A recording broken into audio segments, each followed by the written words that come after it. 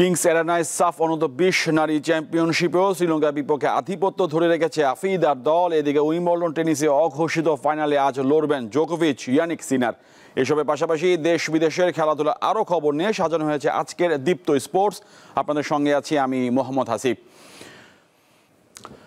চলতি বছরের ডিসেম্বর এবং আগামী বছরের জানুয়ারি ফেব্রুয়ারি মিলিয়ে বিপিএল এর একাদশ আসর হওয়ার কথা রয়েছে। তবে জাতীয় নির্বাচনের কারণে এই সময়সূচিতে পরিবর্তন আসতে পারে বলে জানিয়েছেন বিসিবির পরিচালক এবং বিপিএল এর চেয়ারম্যান মাহবুব আনাম।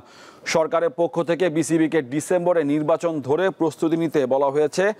আবার রমজানের ঈদের আগেও নির্বাচন হতে পারে বলে আভাস পেয়েছে বোর্ড। যদি বিপিএল এর সূচি নির্বাচনের সঙ্গে সাংঘর্ষিক হয় সেক্ষেত্রে পেছাতে পারে টুর্নামেন্ট।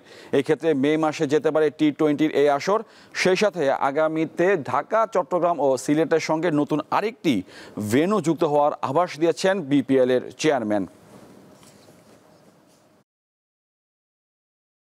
সরকারের তরফ থেকে গতকালকে বলা হয়েছে যে ডিসেম্বরের মধ্যে জাতীয় নির্বাচনের প্রস্তুতি নেওয়ার জন্য, এবং নির্বাচন হয়তো ঈদের আগেও হতে পারে, এরকম একটা আলাপ শুনেছি।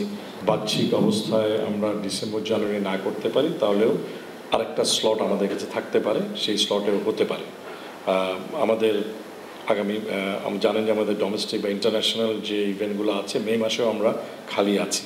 বিপিএল এর ফ্র্যাঞ্চাইজির সংখ্যা আপনাদেরকে অতীতে বলেছি, ন্যূনতম 5 জন, 5টি দল, 2টো ভেন্যু, যেটা আগে ইন্টারন্যাশনাল ক্রিকেট হোল্ড করেছে, একটা বগুড়া, একটা খুলনা। এই দুটো আমরা অলরেডি অডিট করার জন্য পাঠিয়েছি। উইম্বলডন টেনিসে পুরুষ এককে 2টি সেমিফাইনাল আজ। গত 2বারের চ্যাম্পিয়ন কার্লোস আলকারাজ হ্যাট্রিক শিরোপার পথে প্রথম সেমিফাইনালে মুখোমুখি হবেন যুক্তরাষ্ট্রের টেলর ফ্রিটজের। খেলা শুরু হবে বাংলাদেশ সময় সন্ধ্যা 6:30টায়। প্রথম সেমি শেষ হলে কোর্টে নামবেন নোভাক জোকোভিচ ও ইয়ানিক সিনার। তারা এখন পর্যন্ত মুখোমুখি হয়েছেন 9 বার। 5-4 ব্যবধানে এগিয়ে সিনার, শেষ 4বারই হারতে হয়েছে জোকোভিচকে। এদিকে আগামী শনিবার মেয়েদের এককের ফাইনালে মুখোমুখি হচ্ছেন যুক্তরাষ্ট্রের আমান্দা আনিসিমোভাইগা ও ইগা শিওনটেক।